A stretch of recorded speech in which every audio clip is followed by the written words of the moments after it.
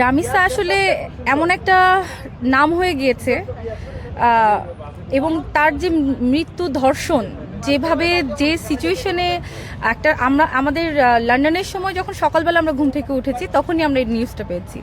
তো স্বাভাবিকভাবেই এইরকম একটা জঘন্যতম ঘটনা আমরা তো কখনোই চাইনি, তারপরেও আমরা সাক্ষী হচ্ছি, একের পর এক সাক্ষী হচ্ছি।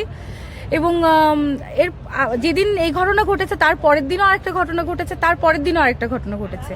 তো সবকিছু মিলে মনে হয়েছে যে যদি রামিসা দিয়ে শেষ হতো সেটাও হয়তো আমরা কিছু বলতে পারতাম, যেহেতু এটা হয়েই যাচ্ছে এবং আমাদের মা হয়ে আমাদের সন্তানের এরকম অপমৃত্যু, এটা আসলে দেখার বা একটা নারী হিসেবে একটা ধর্ষণ কোনোভাবে মেনে নেওয়া সম্ভব না।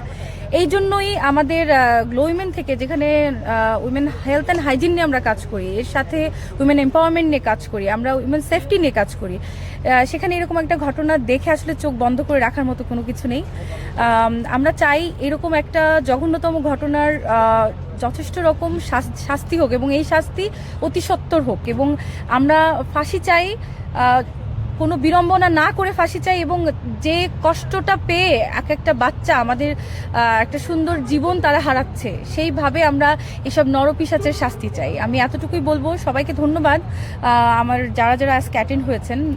এত সুন্দর করে আমরা মানববন্ধন করেছি, আমাদের দেশের জাতিসংগীত করে আমরা মানববন্ধন করেছি।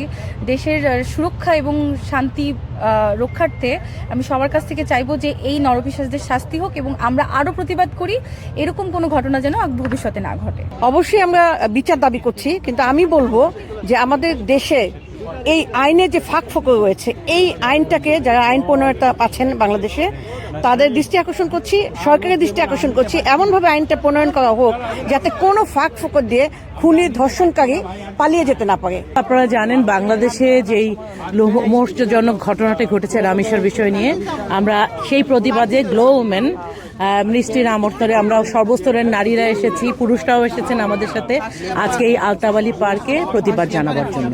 গ্লো উমেনের পক্ষ থেকে বাংলাদেশের যে এখন রামিসাকে নিয়ে যে উত্তাল বাংলাদেশ, আমরা সেটার হয়ে প্রতিবাদ জানাতে এসেছি। আজ কয়েকদিন যাবতীয় ফেসবুকে চোখ রাখতে পারছি না, তার খণ্ড বিখণ্ড দেহ আমাদের রক্তাক্ত করে দিচ্ছে। সো আমরা চাচ্ছি দ্রুত বিচারের জন্য, সেই জন্য আমরা লন্ডনের মাটি থেকে সেটা প্রতিবাদ জানাচ্ছি। গত 18 মাসে প্রায় 1000 খানেক ছোট ছোট মেয়েদের দর্শকের প্রতিবাদে গ্লো উমেন কর্তৃক আয়োজিত আজকের প্রতিবাদ সভায় আমরা অনতিবিলম্বে মবের রাজত্ব বাদ দিয়ে সঠিক বিচার করার জন্য আহ্বান জানাচ্ছি। দুঃখ ভরা মন নিয়ে আমরা এসেছি রামিসার বিচার চাইতে। এই বাংলাদেশের আইন ব্যবস্থা এরকম যদি হয়, আমাদের দেশ কোন দিকে চলে গেছে, আমরা আসলে খুবই এই বিদেশের মাটিতে থেকে আমরা খুবই ভীত। জালিমদের যুগ চলে আসছে। তো আমরা বিদেশের বাড়ি থেকে আমরা বলবো রামিসার বিচার চাই, এবং প্রকাশ্যে রামিসার যে এই অপরাধ করেছে তার ফাঁসি চাই, এবং বিচার কার্য আরও দ্রুত গতিতে হোক, এটাই আমাদের দাবি। লন্ডন আলতাবালি পার্কে শহীদ মিনারে আমরা সমবেত হয়েছি রামিসার ব্যাপারে। রামিসা নিশ্চয় হত্যা করা হয়েছে বিভিন্নভাবে নির্যাতনের মাধ্যমে। আমরা এর প্রতিবাদ জানানোর জন্য আমরা একত্রিত হয়েছি।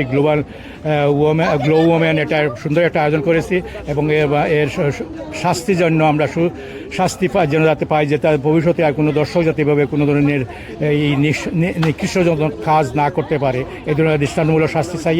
এখন ঘুমে থেকে উঠে আমার মেয়ের মুখের দিকে তাকালাম, তখন মনে হলো যে আমার মেয়ের বয়সে একটা মেয়ে, শুধু একজন না, এরকম প্রতিনিয়ত বাংলাদেশে হচ্ছে। দেশে বিচারহীনতার সংস্কৃতির কারণে এসব জঘন্য কর্মকাণ্ডে কোনো বিচার হচ্ছে না। আমাদের দেশে একটা 7 বছরের শিশু নিরাপদ জীবনযাপন করতে পারে না, তার নিশ্চয়তা আমরা দিতে পারিনি। এ লজ্জা আমাদের সবার। আজকে এখানে এসেছি শুধু নিজের বিবেকের কাছে দায়বদ্ধতা থেকে এখানে এসেছি। দিন ধরে বাংলাদেশের যে পরিস্থিতি, অনেক মেয়ে বাচ্চাগুলো যেভাবে দর্শন হচ্ছে, যতটুকু আমি জানি 180 উপরে মেয়ে বাচ্চাদেরকে দর্শন করা, তারপর 17 জনের মতো মেরে ফেলা।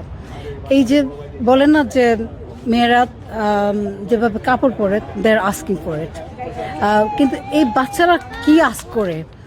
এরা তো ছোট নিষ্পাপ শিশু, তারা তো কোনো কিছু আস করে না। তারা তো একটা কি বলবো যে 7 বছরের বাচ্চা, 5 বছরের বাচ্চা, তারা কি দোষ করেছে যে তাদেরকে এইভাবে রেপ করে তারপর নির্মমভাবে হত্যা করা। তো আজকে এটা প্রতিবাদ জানাতে আসছি।